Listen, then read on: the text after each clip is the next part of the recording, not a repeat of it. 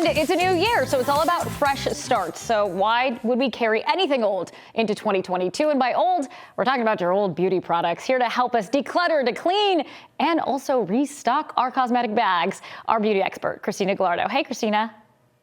Hello. So first things first, we need to identify all of our old you-know-what. So how do we know when we have to throw something out?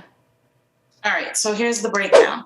Mascara, 2 to 3 months max. Oof, I'm breaking that rule. A lot of people do.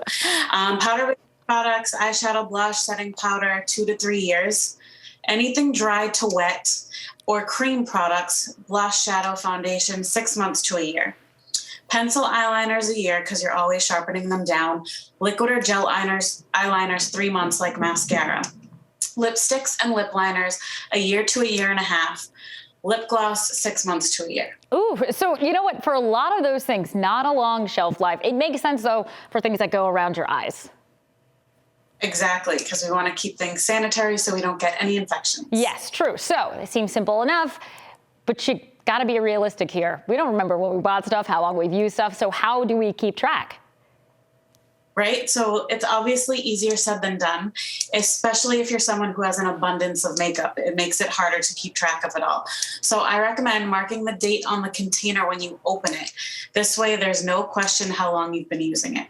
Okay, so that's a great way to know that we have an expiration date on part of these things and kind of get us organized. Exactly. So speaking of organization, another great way to keep track of everything is how you store it. So a lot of people store everything in makeup bags, but I find it's easier to hoard old stuff that way because when you fill one, you just start another one. And before you know it, you've collected years of makeup and you don't know when the last time you used any of it is. So I recommend clear acrylic containers, whether they're the drawers or the spinning trays and the jars, when everything is in a clear container, you're actually able to see what you have.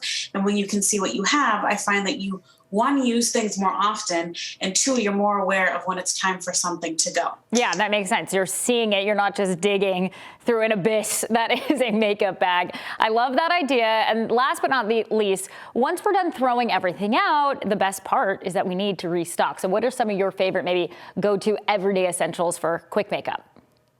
Oh, everyday essentials. Okay. So under eye color corrector, you know my old faithful is Becca Cosmetics under eye brightening corrector. And luckily when they went out of business, Smashbox saved their 2 best-selling products. So this being one of them. And they made it even better by adding 2 more shades to cover all complexions. And then for concealer, if you want something more sheer, Fenty Bright Fix. If you want a little more coverage, Urban Decay Stay Naked Correcting Concealer. For foundation, for light coverage liquid, the YSL New Bare Look Tint is fabulous. For a powder, Tarte Amazonian Clay Gem Powder Foundation goes on beautiful, never dry or cakey. For blush, the MAC Mineralized Blush. For mascara, Maybelline Falsies Lash Lift Mascara. For brows, Anastasia Beverly Hills Dip Brow Gel, you can't go wrong. And then for lips, for a sheer hydrated look, the Merit Tinted Lip Oils are beautiful.